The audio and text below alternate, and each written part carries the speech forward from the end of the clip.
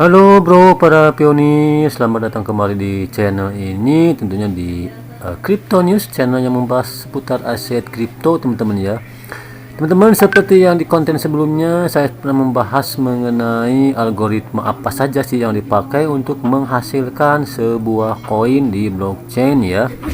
Tentunya di konten sebelumnya kita sudah membahas mengenai POW ya, atau Proof of Work, teman-teman. Nah, kali ini kita akan membahas algoritma lainnya, yaitu POS ya, yaitu POS atau Proof of Stake, teman-teman.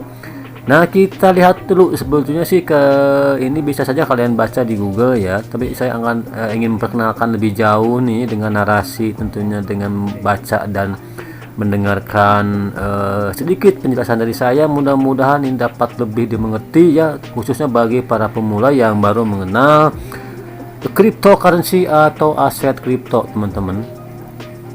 Di konten sebelumnya, POW ya, itu proof of work, berarti untuk menghasilkan atau untuk memecahkan blok-blok di blockchain guna mendapatkan hadiah atau reward. Tentunya di proof of work kita membutuhkan alat mining ya, yang begitu super canggih dengan biaya yang cukup mahal untuk mendapatkan sebuah reward dari blockchain. Nah, teman-teman, di POS ini, di proof of work stake ini tentunya sangat berbeda. Kita tidak lagi mengenal kata miner atau penambang, tetapi kita mengenal di sini dengan istilah validator. Karena ya, teman, di sini kita bisa baca juga nih sedikit nih. Protokol Proof of Stake adalah kelas mekanisme konsensus untuk blockchain ya, yang bekerja dengan memilih validator secara proporsional dengan jumlah kepemilikan mereka dalam cryptocurrency terkait, teman-teman. Dan tentunya hal ini dilakukan untuk menghindari biaya komputasi skema Proof of Work memang yang sangat tinggi biayanya ya. Nah, jadi teman-teman, di Proof of Stake ini tidak dikenal kata miner ya, tapi yang dikenal adalah validator, karena dimana untuk mendapatkan reward dari kita memecahkan algoritma cryptocurrency di blockchain. Nah, untuk mendapatkan rewardnya kita tidak menambang, teman, tetapi kita dipilih oleh sistem nih ya, dipilih oleh sistem sebagai validator nantinya. Nah, di sini sistemnya memilih validator itu gimana sih caranya ya? Tentunya dengan cara kepemilikan, teman-teman ya, dimana banyak validator yang mungkin mempunyai kepemilikan dari aset, misalnya contohnya TRX ya, untuk koin TRX nih. Di sistem akan memilih validator di mana validator tersebut akan terpilih untuk memvalidasi blok di blockchain selanjutnya berdasarkan dari jumlah kepemilikan mereka di aset TRX, teman-teman ya. Jadi sistemnya memang sangat efisiensi nih, sangat efisien sekali untuk memperoleh. Nah, di sini kita jelaskan ya, teman ya. Nah, saat ini ada sekitar 80 cryptocurrency berbeda yang menggunakan proof of stake sebagai mekanisme konsensus. Nah, di sini kan yang ada populer yang sudah menggunakan proof of stake tentunya Cardano ya, atau koin ADA, atau Tron, atau TRX ya. Itu di Introdax teman sudah ada semua ya, di Binance juga sudah ada. Nah, di sini kalau kita ingin mengumpulkan nih ya koin Cardano misalnya atau ADA, ini kita tidak perlu menambang, teman-teman ya, tidak perlu menambang dengan komputasi atau komputer yang canggih.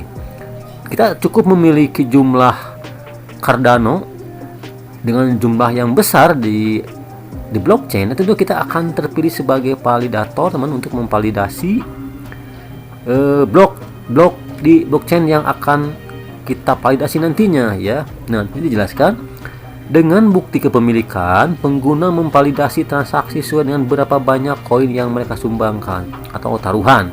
Nah, sebagai imbalan untuk mempertaruhkan lebih banyak koin, pengguna memiliki kemungkinan lebih tinggi untuk dipilih untuk memvalidasi transaksi di jaringan dan mendapatkan hadiah. Jadi, teman, intinya si validator ini dipilih oleh sistem nantinya berdasarkan koin yang mereka, jumlah koin yang mereka miliki di aset koin tersebut. Contohnya di ADA ya, atau di Cardano nih.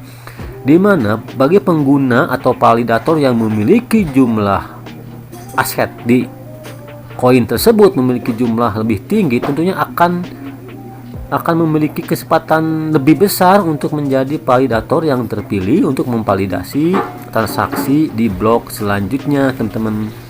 Jadi memang di sini kita tidak perlu memerlukan istilah miner atau alat untuk miner yang sangat mahal dan sangat super canggih. Di sini memang mekanismenya sangat jelas berbeda, teman-teman ya. Di sini bukti kepemilikan aset terbesar lah. Nah, jadi pengguna yang memiliki aset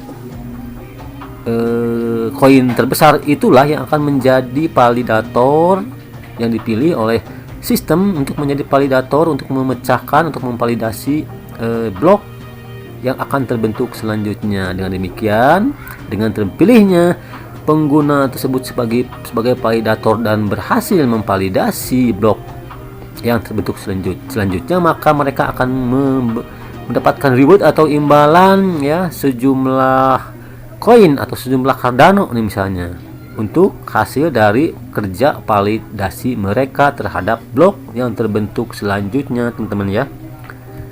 Nah, teman-teman, mudah-mudahan kalian tidak bingung ya, tidak begitu bingung mudah-mudahan ya. Jadi di proof of stake ini tidak memerlukan alat menambang atau alat miner yang super canggih.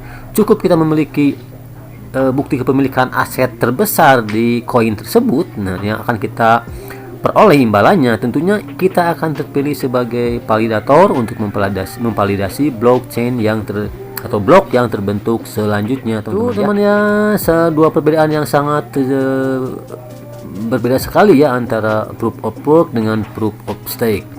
Nah, dengan kata lain dapat kita simpulkan, dapat kita sederhanakan bahwa di proof of work kita memperoleh imbalan berupa koin itu kita dari hasil kerja miner atau nambang ya, dengan berlomba-lomba mempercanggih alat kita untuk menambang suatu koin untuk memecahkan blok yang akan terbentuk di blockchain selanjutnya.